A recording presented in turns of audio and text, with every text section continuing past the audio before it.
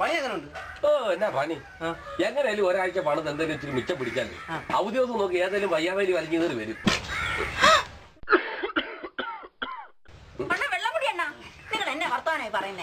ഞാൻ അളിയന്റെ കാര്യമാണോ പറഞ്ഞത്? എന്റെ കൂട്ടുകാരുടെ കാര്യമല്ലേ പറഞ്ഞത്?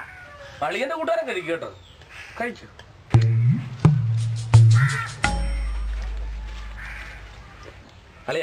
അളിയന്റെ ഈ പുന്നാര പെങ്ങളുണ്ടല്ലോ, ഏതെങ്കിലും ഒരു വിരുന്നക്കാർ വന്നാ അരി മേടിക്കാൻ വെച്ചിരിക്കുന്ന കാശെടുത്ത് അലുവയും കേക്കും മേടിക്കും. അറിയാവോ? ഈ വീട്ടിലെ കോഴിയും താറാവും ഒക്കെ എങ്ങനെ തീർന്നെന്ന് അളിയന്റെ വിചാരം. ഇതുപോലെ ഓരോരുത്തന്മാര് നാണമില്ലാതെ നിന്നിട്ട് പോകുന്ന അളിയനെന്താ നിർത്തിയത്? അളിയൻ കഴിക്കേ, കൂട്ടുകാരൻ കഴിച്ചു. കഴിക്കുന്നു. അണ്ണൻ എന്തിനാ വന്നത്? നിങ്ങൾ തിരക്കില്ലല്ലോ. 2-ാം തീയതി അണ്ണന്റെ വീടിന്റെ പാലുകാച്ച വിളിക്കാൻ വന്നതാ. നീ ഇതെന്നാ നോക്കിക്ക, കറി അങ്ങോട്ട് വിളമ്പി കൊടുക്കാം. എന്നാ ഓ, കഷ്ടപ്പെട്ട് ഞാൻ ആ പണി അങ്ങ് തീർത്തളിയാ. കടം കുറച്ചുണ്ടെങ്കിലും അടച്ചുറപ്പുള്ളൊരു വീടായി. അളിയാ പറയുന്നുണ്ടെന്നും തോന്നുന്നത്. ചുമ്മാ കറങ്ങി നടക്കാതെ ഈ വീടിന്റെ പണിയൊന്നും തുടങ്ങി വെക്ക്. പിള്ളേര് വളർന്നു വരുമല്ലേ, അവസാനം അതുങ്ങൾ നമ്മളെ പഴിക്കരുതേ. എന്റെ പൊന്നളിയ, ഈ അമ്മയുടെ സൽക്കാര പ്രാന്തം നിർത്തി തരാമോ? 6 മാസത്തിനകം ഞാനിതൊരു മണിവാളിയാക്കി തരാം. ഇപ്പൊ എനിക്കായി കുറ്റം. നിങ്ങൾ കുടിക്കുന്ന കാശേ കൂട്ടി വെച്ചിരുന്നെങ്കിൽ ഞാൻ ദിവസം അമ്പലത്തിൽ അന്നദാനം നടത്തിയരാം. നിന്റെ ഈ അന്നദാനം ഓർത്ത് വിഷമിച്ചാടി ഞാൻ ഈ കുടിക്കുന്നത്. ശിവൻകുട്ടി പറയുന്നതിലും കാര്യമുണ്ട് പെണ്ണേ. കുടുംബത്തിരിക്കുന്ന പെണ്ണുങ്ങളാ ചെലവ് നിയന്ത്രിക്കുന്നത്.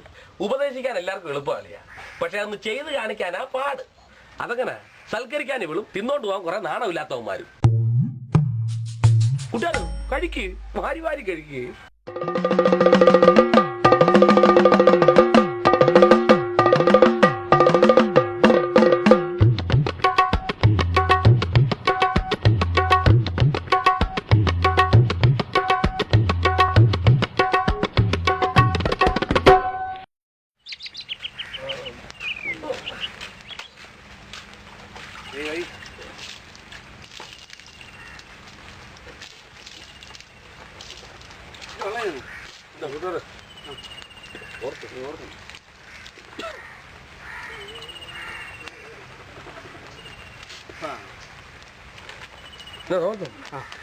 അത് ഈ 2-ാം തീയതി എന്ന് പറഞ്ഞാൽ എന്നാഴ്ച വരും?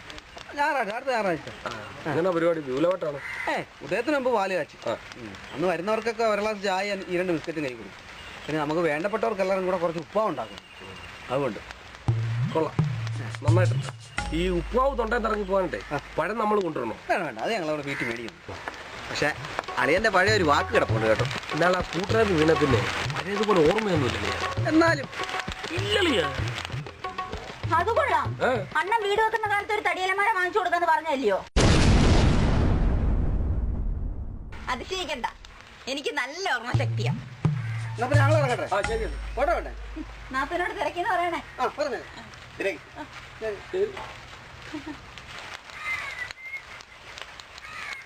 നമുക്കേ തലേന്ന് രാത്രി തന്നെ അങ്ങ് പോവാം. ഓമനനാഥന്റെ പൊങ്ങച്ചം കുറച്ച് കേൾക്കേണ്ടി വരുമായിരിക്കും. എന്നാലും സാരമില്ല, പുതിയൊരു സാരി അതങ്ങ് അഡ്ജസ്റ്റ് ചെയ്യാം. പിന്നെ മോനും മോക്കും പുതിയ ഉടുപ്പ് വാങ്ങിക്കണം. നിങ്ങൾക്ക് ഓണത്തിന് വാങ്ങിച്ചു തന്നെ മതി. പിന്നെ ആ തോമാച്ചാന്റെ മില്ലിലെ പുതിയൊരു അലമാരയ്ക്ക് പറയണേ തേക്ക് തന്നെ മതി, നമ്മൾ ഒട്ടും കുറയ്ക്കണ്ട. മണി, പാല് കാച്ചിന് നീയും പിള്ളേരും പോണം. അളിയൻ തരുന്ന ഉപ്പാവ് വയറും നിറച്ച് തിന്നോണം. സമ്മാനവും കൊടുക്കണം. തേക്കിന്റെ തന്നെ ആയിക്കോട്ടെ അലമാര.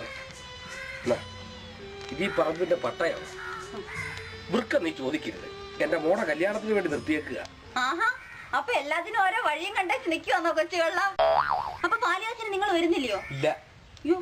വീട്ടുകാരെ വെക്കുമ്പോ അപ്പൊ ഞാനെന്തോ പറയും? തലക്ക് തന്നെ തല തല്ലി ചത്തെന്ന് പറഞ്ഞേക്കണേ.